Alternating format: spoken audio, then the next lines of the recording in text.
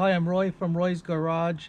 Today I'm going to be working on a 2014 Toyota Tacoma Prerunner SR5 2.7 liter automatic. I'm going to show you how to reset the maintenance required light. Okay, so first you turn the ignition to the on position, 2 clicks. So now this trip button over here, you're going to have to press it until you see trip A. Okay, once you see trip A, turn the ignition off.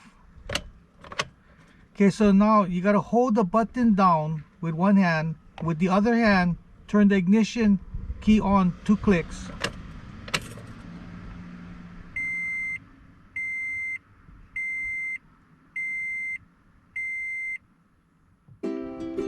So that's how you reset a maintenance required light. Don't forget to subscribe, give me a thumbs up, and I'll see you in the next video. Aloha.